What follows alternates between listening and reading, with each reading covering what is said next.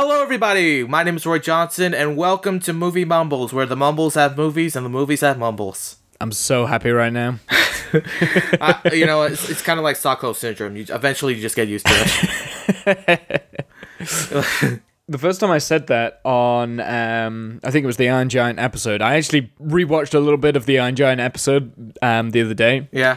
And you were just like, no, I am never saying that. I am never saying those words. I mean, it's been I got you to do it. It's been I got you to do it. It's like 18 episodes, so eventually, something had to... you just kept on bringing that kept on doing it.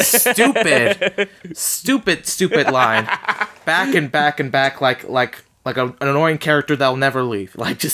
Sums me up in a nutshell. But with that in mind, this is technically our season finale, though not technically. It's more like I wouldn't call this a season finale. I think it's like a They special. Live is a good place to have the season. Yeah, this is a special. This is a Christmas special that nobody gives a shit about. Well, New Year's. We're gonna anyway. probably post this at the end of New Year's. I don't know. Whatever. It's not even Christmas yet. No, it's not. Thanksgiving special, whatever the crap it is for you guys. Anyway. No, I broke the illusion that we record this and then immediately edit it and then immediately publicize it. Yeah, we're not Jesus. We can't do that stuff. I know. Okay, so with that in mind, this is kind of our Season 1 special where we're talking about our top 5 favorite best movies, in our opinion, that we reviewed in Season 1 of Movie Mumbles. And there's also one worst one because, we gotta celebrate the good with one shitty one. We want an honorable dismention. Yeah, honorable dismention. That's what we should call it. Yeah. Also, I actually don't like you calling them reviews because that implies that we have some sophistication and knowledge behind what we're saying. I mean, what else do you call of the time, them? I'm just guessing. I mean, we're talking about movies. What else would you call it? I would call it movie mumbles or banter or discussion. I wouldn't call it a review. Okay. Okay, with that in mind. Well, anyway, so pretty much. Do you think I'm professional enough to do reviews? Yeah. Really? No. Shut up. Shut up, you drunkard. I'm not that drunk. It's fine. Okay. Well, yeah, now, but. So anyway, I do have a glass of scotch. Yeah. Anyway, let's carry on. Let's stop getting sidetracked. So what we're doing is pretty much we kind of compiled our own little list of what we consider the best movies we watched and stuff, and yada yada yada. And pretty much of those we took. It's a complicated process and we're not going into, but essentially with that in mind, we compiled this top 5 list of the best movies that we both kind of liked and enjoyed, and we're going to be talking about them right now. And also to talk about the one shitty movie. I think you can kind of guess what it is if you've seen our videos, but we're not going to say yet. If you're a regular, there was one film that we kind of both shat upon, but we'll save that towards the end. We'll do the dishonorable mention towards the end. Yeah. So with that in mind, let's start things off with number 5, and that's going to be Rocky. This was for Oscar movies theme, and it's just the class. What do you say? It's fucking Rocky, man. This is one of my all-time favorite films, which is kind of why it got onto the top 5 list.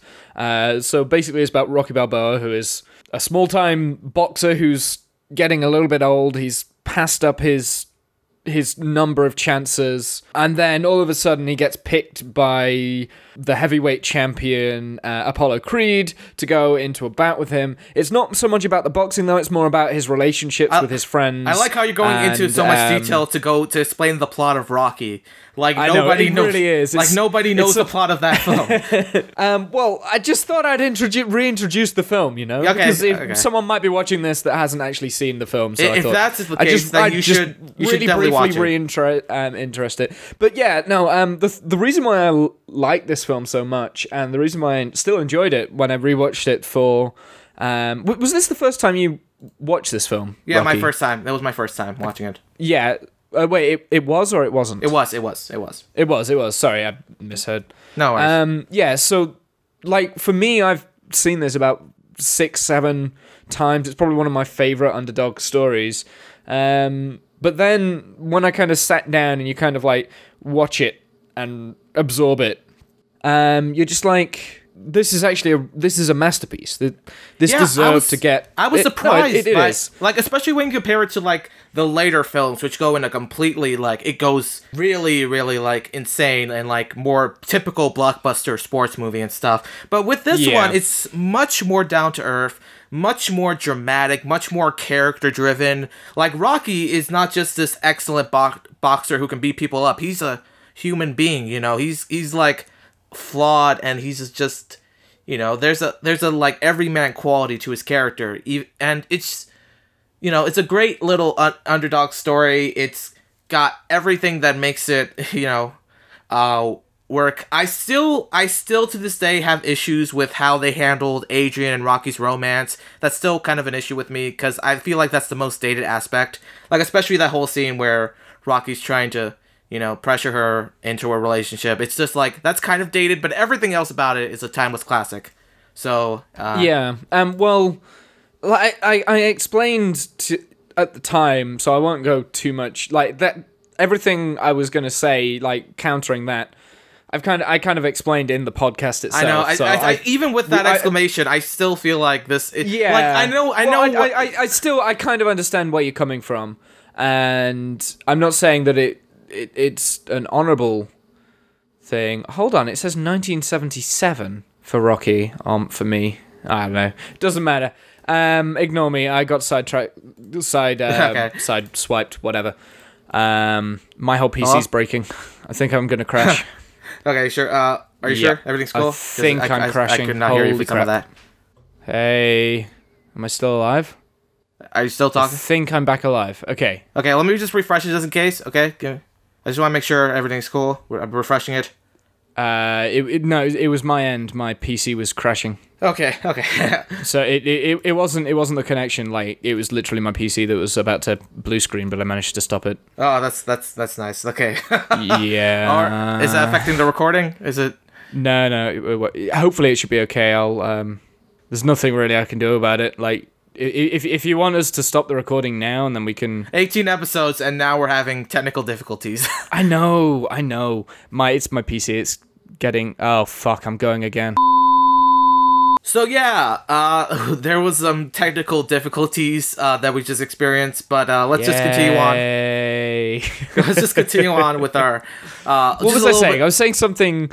really great about Rocky, and I've lost all my notes. We were talking about like the Rocky dated aspects of it, but you were arguing. Yeah, well, no. Again, I'm not going to go too much into detail of why I was trying to rebut what you were saying. For me, Rocky, for me, Rocky kind of like will always stand the test of time because of how relevant it can be to anyone who is in the slums, anyone who's kind of struggled trying to make it. For me, it's not a sports film, and it does stand the test of time because of a lot of what it was saying about society and pretty much all the characters and everything, so on and so forth. I wasn't arguing, you know, I think it's a great movie. I don't think it's a perfect movie, but I think it's an amazing movie. It's definitely well shot, well acted. It's a classic. There's no denying that. Yeah. It's an iconic classic movie. You know, I hate the word iconic. You use it far too often. What? I mean, Rocky is iconic. You know, there's a statue and everything. You know, he's an icon. Well, kind of. What do you mean? No, I mean, he is. Yeah, I know, but you also said something about the Karate Kid was iconic, and well, he is. I mean, the Karate Kid original film is an icon. Well, yeah, it's overused. I just don't like the word. Okay. Anyway, so moving on to our next pick. Yeah, you can say that one. Introduce number 4. No. We agreed that you were going to do all the number introducing. 4. I was just moving us along. Number 4 is Inside Out, from the theme of animation, and this one is this was your pick. You wanted to see this was my last. Yeah, this was my last animation pick. Yeah, this was a movie I'd seen, but you hadn't seen, so it's really interesting. If I remember right, I can't remember actually. I really loved watching this the first time around because actually I've still only seen it once, but basically right. Actually, let's go through and just recap what the story's about. It's about a young kid called Riley who then has to move, who is just on the age before puberty and has to move to somewhere completely new and somewhere completely different, and her whole life is shattered. And these beings that live inside of her and control all of her emotions are uprooted, and her whole personality changes because of it. And it's more about the story of these emotions. Yeah, like you said in your podcast, structure and order, and like you said in your podcast video, it's a story about a girl going through puberty essentially, and all the mixed emotions and all the it's a great movie discussing mental health, and you can tell Pixar, the guys writing and doing the film, they put a lot of effort into thinking what it's like the mind of an adolescent child essentially, what hardships they can go through, and I really do appreciate it. Honestly, I think I mentioned this in the podcast, but there was sometime a friend of mine was dealing with these kind of with a depression state, and I think I'm not gonna say the film helped me. I think it did kind of help me kind of understand what they might have been going through, and better relate in that case. Because these things do happen. So there are times where people just struggle through mental issues and stuff like that they might not understand how to go through, and it's best in those situations to give them the emotional respect. And it's a complicated subject, but I do really appreciate what that Inside Out has given in that sense. But it's a really great film. It's a film that is very self-aware, and I think we can both say that we both enjoyed this film, enjoyed watching it. I think it was a solid pick to have as we left the animation season, not season, theme. It was a great pick. It felt like a solid pick to have to get us out of it. Actually, I think the animation theme is probably one of our strongest themes, because I would say all four of those films I've really enjoyed. I think all of them were great films. I think Coraline is probably the weakest one out of all of those. Yeah, but it was still a good movie. I think it's still a good movie, but I think that is definitely the weakest for me anyway. I agree with you, but it's still a good movie. I think honestly we struck a gold with the first two themes, where both of those were all movies that were great. We did. And then we did the rest. We didn't really have that many bad movies. Yeah, no, this year was mostly good movies. And I will say, Inside Out, one thing I love is also the world building. They have such a great world inside your mind, and they put a lot of thought into that as well. The whole universe comes together really well. Yes, there wasn't oh wait, how does this it wasn't really confusing. They really thought the whole thing through, it was some kind of actual society and such. And so that was Inside Out, which is pretty cool, unless you've got anything else to add about Inside Out. Rest in peace, Bing Bong. Oh. I remember you were sad. You were devastated. I know. Pixar can rip out your heart and just crush it. They really can. They do it with so many films. Yeah. It's moving on. Yeah. No, sorry. I was just it was a good return to form for Pixar. I'm not sure if they're gonna keep this, good streak, because the latest films they've done have been kind of iffy. Well, the newest film that they've got out, it might already be out actually, is Cars 3. No, Cars 3 was already out a long. Oh, is it? I don't know. It was a long time ago. I've spent. Is it any good? I've heard it's better than Cars 2. So. Okay, but with that, but Coco, The Incredibles 2, I'm excited. The Incredibles 2, I suppose so. You were excited for that. I was, but I've gone off movies. I went off movies because I had about a year and a half of watching every single cinema release, literally every single one, and the majority of them were bad films. And new releases now anything I was looking forward to in that year of constant watching, that year and a half, anything I was looking forward to ended up being bad. There was the Jason Bourne. I was really hyped up for that, and it was just eh. Well, now we can see why Womble is such a grumbly pants all the time. Yep. Okay, so I've seen too many films. So going on for number 3, continuing the theme of animation, is the first real Movie Mumbles episode where we started our new format with my pick of Zootopia, which mostly the reason it's so high up on the list is because I personally love this movie. I think it's an amazing film, and I know Womble, you think slightly less of it than I do. I wouldn't have had this anywhere near the top 5 at all from my own personal picks. If anything, it's probably more towards the bottom. Ouch. Well, yeah, no, it kind of is. I wouldn't say it's in the bottom 5, but it's definitely in the bottom half for me. But because, like, obviously it's one of your favorite films that we've done in the whole of season 1, I couldn't like say no. We're not going to have this on the list. We can't do that. Yeah. So for me personally, I mean, I love Disney. I love like a really great Disney movie, and this one I think was like their first great one in a while. Because like. I mean... No, not at all. There's one that came out like, balls. Okay, let me say my piece before you... Go for it. Okay, so, because I like Princess and the Frog, Tangled, Frozen, all of those, even Moana, I really like. But for me, like, Zootopia struck a chord with me that was kind of different from all those other films. I feel like it was a much riskier thing for Disney to do, because it dealt with more... social issues. Now, it wasn't like a big, adult like exploration of race and all that stuff, but it did explore more adult themes than it usually does. I love the characters. I love the comedy. I just really love this movie, and it struck a chord with me more than some of the other films here. And I know one was gonna bash it, but still. No. The reason why I'm like, you said that it's one of the best films that animated films that Disney have came out with in the last Wreck-It Ralph. Like, that was an amazing film, and this Zootopia is essentially just the same theme, the same principle, more or less the same story, apart from in Zootopia, it's more upbeat, whereas Wreck-It Ralph is kind of, you're taking an iconic video game style arcade thing, and you're twisting it so that the bad guy is actually really the good guy. He's the antagonist.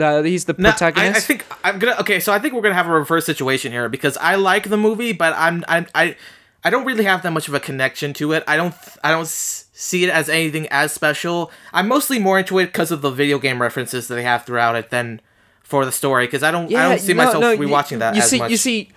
I thought that Wreck-It Ralph was an incredibly underrated and incredibly clever movie.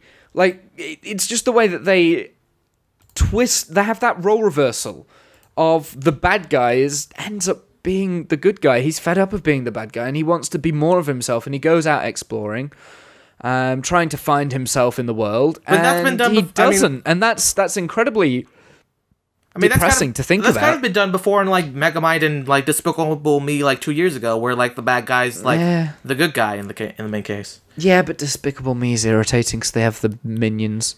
I mean, I like Despicable Me before like Minions became like the worst thing humanity ever created, but yeah. But anyway, my point was that I think the only reason why we've got Zootropolis or Zootopia or whatever it's called, because it's got 2 different names. It's Zootopia. The only reason why we've got that film is because Wreck-It Ralph came out like 4 years before, and that was the route that the animated Disney people were going down, minus obviously Frozen. I'm not actually sure on this. I presume that there were people who were involved in Wreck-It Ralph were also involved in Zootropolis. I mean, or Zootopia. I'm not going to confirm or deny that. I'm pretty sure they are, but that's just because probably like, Disney Studios. I'm meaning like the producers and maybe the writers and that sort of thing. I'm not. We'll find. I'll put something whether that's true or not in post. I don't know if that's true or not. What I do remember is that Zootopia, like for me, Zootopia or Zootropolis. Which one do you call? Zootopia. Zootopia. Okay, we'll stick with that for now because it says Zootropolis on Internet Movie Database, and that's very your irritating. Internet Movie Database in British land. So yes. Well, no. It says Zootopia is the original title, but they've changed it to Zootropolis. Well, that was but it's weird. Zootopia. It's Zootopia everywhere else. Okay, Zootopia then. Whatever it's called. I don't really give a crap what it's called. I'm not really that much of a fan. What I do remember from the actual film, because it was like last year now when we came to watching this and recording it. But what I do remember was that the writing was a mix mash of different styles. There was a lot of different styles and things going on all the way through the film, which is why it didn't impress me that much. And you can find that out by going on Internet Movie Database and looking up the writers, and there's 7 credits. There's 9 credits for the writing team. So it's a writing team. It's like, it feels more like a pool of ideas put together rather than a specific story that one person has a vision for. I know you're going to disagree. That was my biggest issue. I can even tell back then in our first episode that you didn't like it as much as I did. Yeah, and I feel like part of that was me hyping it up. I was actually being very polite. I was being very polite in that video because it was like our first kind of Movie Mumbles episode. So I was being really polite. I actually, now, if we were to re-record this, I would hit a lot of Zootopia's problems, nailing it down, because the way it's been built up in the media, and like everyone say, oh my god, this film's amazing. I don't believe that. I just didn't get what they're all saying about it. It's very much like, I don't know, but it's personal taste, it's personal taste. So yeah. Something that doesn't work for me can work for hundreds of other people. And it definitely has. Yeah. I definitely think, Zootopia has struck a chord with a lot of people, and I love it. And Wreck-It Ralph is a good movie. I'm not looking forward to the sequel, though. That looks kind of awful. No, I'm not either. They needed to leave Wreck-It Ralph where it was. But that's Disney for you.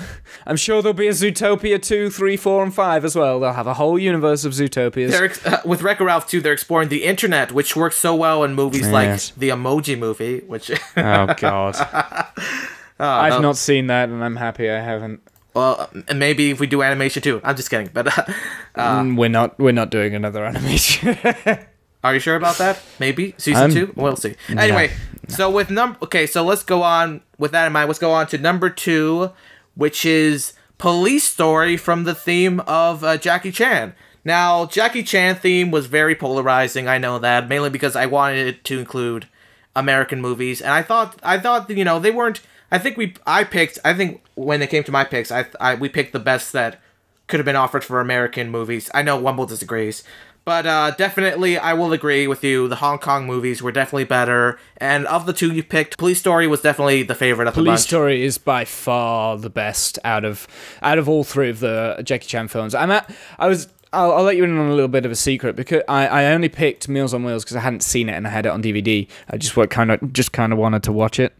Yeah, no, that's fine. I was actually a little bit more disappointed with that. I was really hoping that it'd be a good one, but I think the reason why it hasn't came up for me, and that it's one of those more unknown ones, is because it's not as good as these other ones that he's done in the Hong Kong. It's not as good. But I would still say that Wheels on Meals is better than your 2 picks. Okay, well, anyway, let's carry on to Police Story. Yeah, so for me, Police Story is like one of my ultimate favorite above all films, and if you haven't seen it, it's about a Hong Kong cop who is pretty much the best cop there is, and he has to go up against a drug lord to try and clear his name from a murder.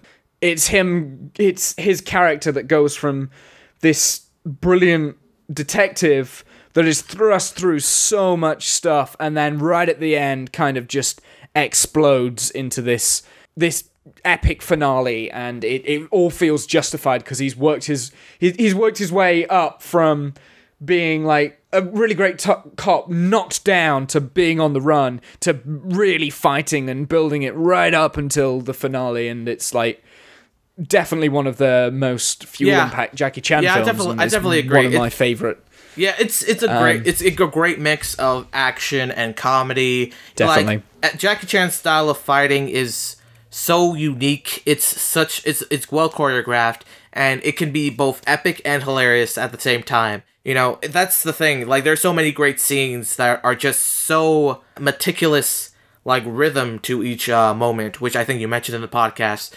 I did, yeah. Like the pencil scene. And for me, that it's something that you don't notice until it's kind of not there as well, this rhythm that goes throughout.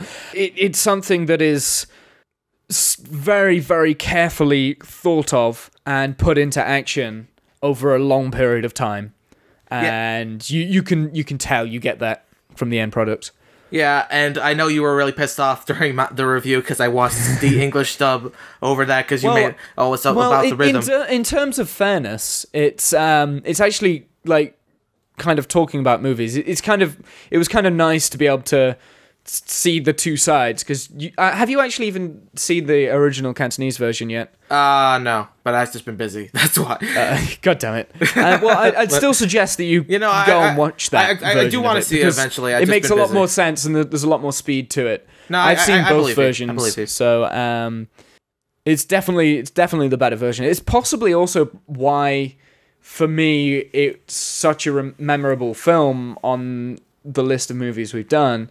Because of that hidden rhythm, and as like kind of someone who's into editing and things, and this is why I suggest that you watch it, is because of the editing as well. It goes with like everything goes together really well, and it just builds up. It's the movie's just full of iconic scenes. There's the bus chase. God damn it! You said it again. What? Well, iconic scenes. Well, it is. Well, I mean, I'm sorry you're over these types of little details, but anyway, there's the bus chase scene. There's the pencil scene. Like pretty much any fight scene or action scene in this movie is just incredibly well done. There's incredible cinematography. There's incredible shots made, and as you said, well edited. It's just a vibrant, action-filled experience that is just. It's just pure quality Jackie Chan. I can definitely agree with you. After watching that movie, I got more appreciation for Jackie Chan and the skill craft that went into like each of his stunts. Especially the last stunt he did where he went down a pole with all the lights and stuff, and he nearly fucking died from that. He nearly, he got brutally injured after that. He got second-degree burns on his hands and his trouser legs and things like that. And among other injuries, like a cracked spine and broken ribs at some point, probably. And he did that all for the arts, essentially. He nearly died many times, and this is not the last time this has happened. It's incredible. Yeah. Before we pick out our joint favorite, we're gonna do a dishonorable mention. We were going to do a top 5 worst ones, but we just couldn't decide on. Yeah. Well, actually, no. To be fair, I think we all picked like the same bottom 5, but there was one that was like, this was the worst film we've watched. Yeah. And it's like, we had difficulties ranking the top 5, but we knew what our number 1 worst one was, and that is Across the Universe. Now, ironically enough, that I think the episode itself is probably one of our best because of we spent it just vilely taking down that movie, honestly. And when I suggested it, I was curious. Maybe even looking at clips, I wasn't a big fan of what they were doing. Julie Taymor was doing with the music, but I thought maybe it might be a decent movie.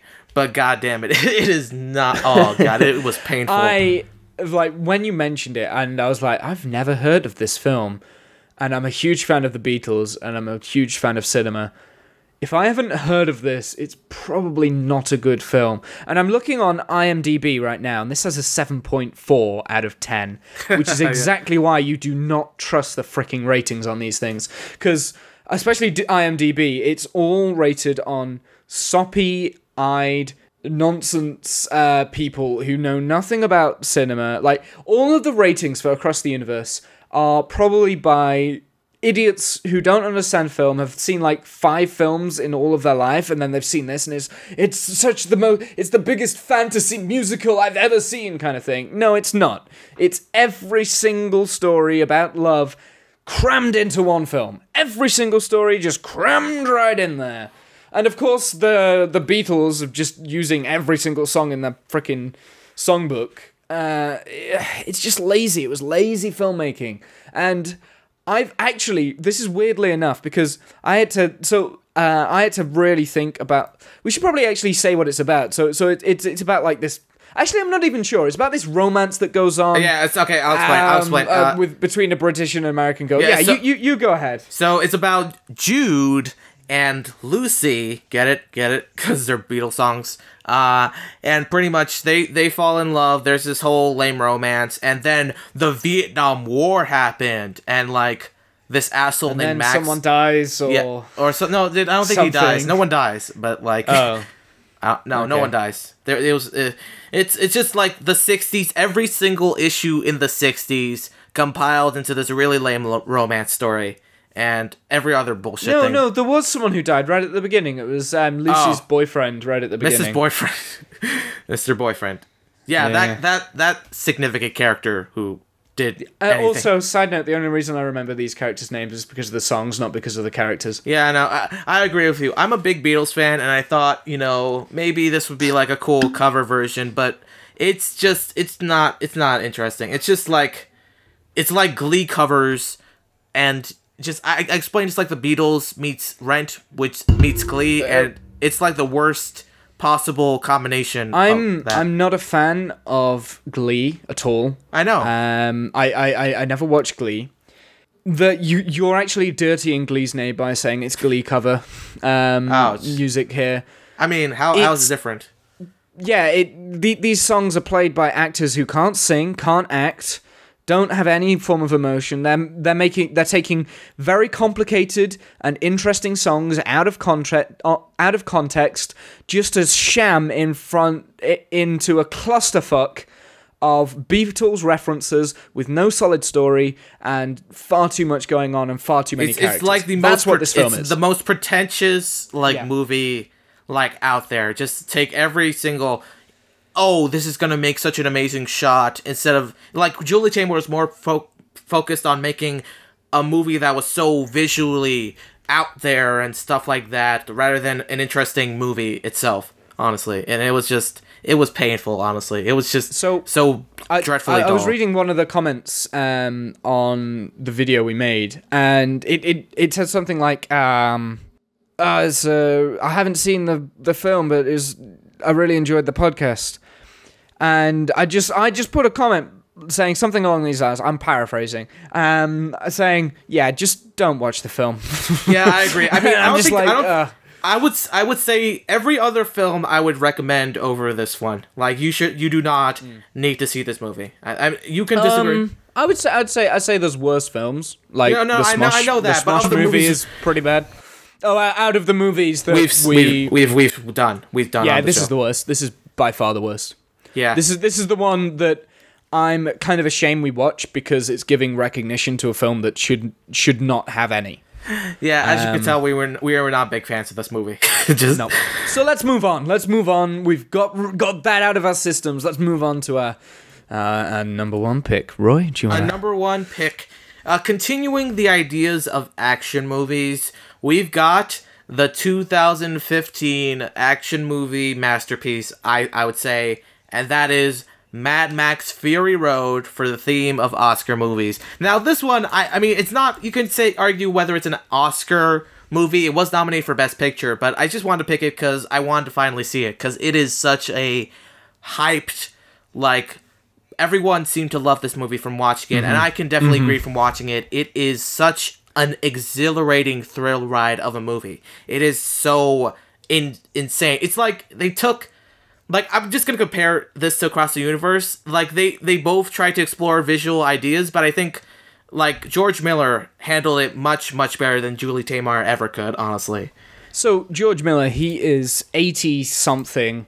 He made the original trilogy of the Mad Max films. Yeah. Thunderdrome, not so good, but the other two are amazing films. They've both got very different stories to tell, and they're both very different types of film. And in fact, Thunderdrome is very different as well.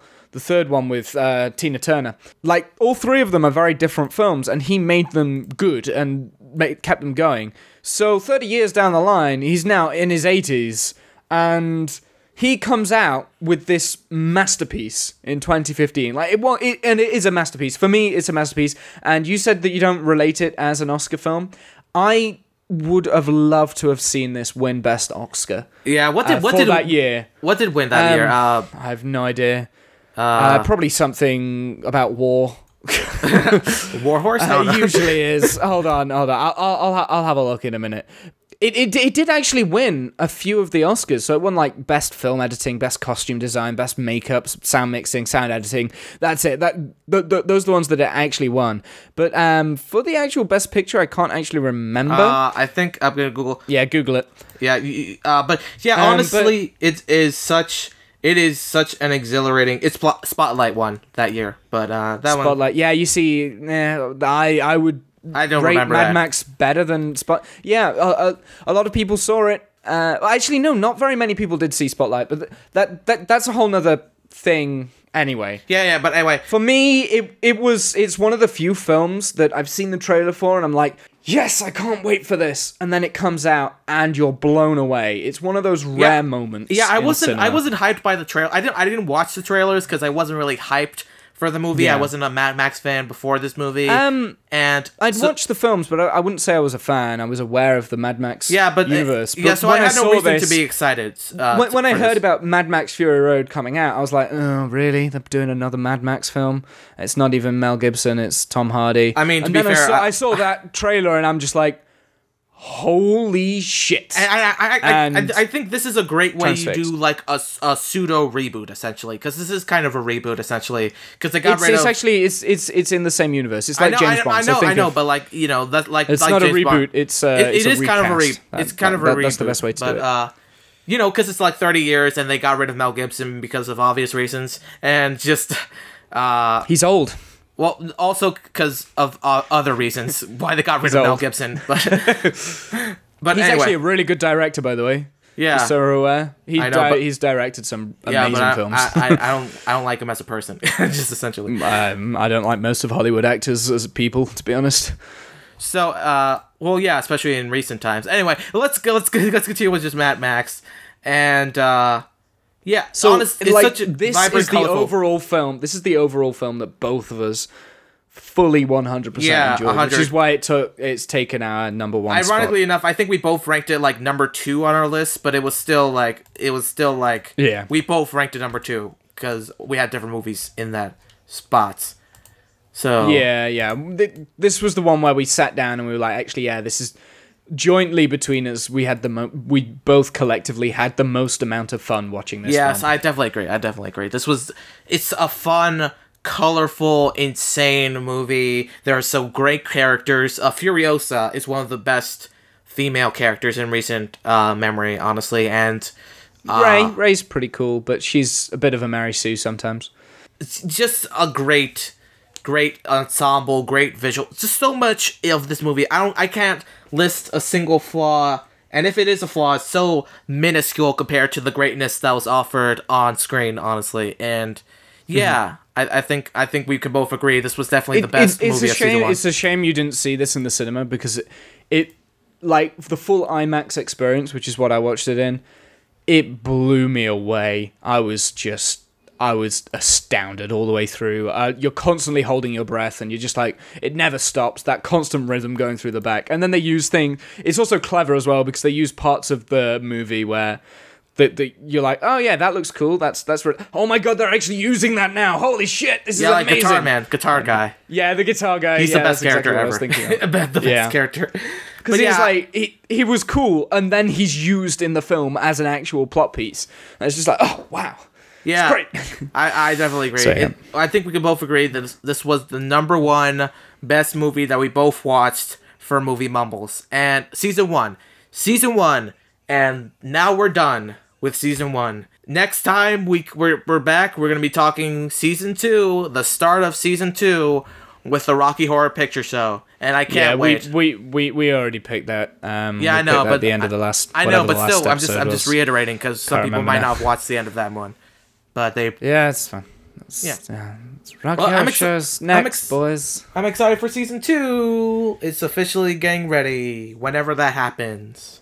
Yeah. Yay.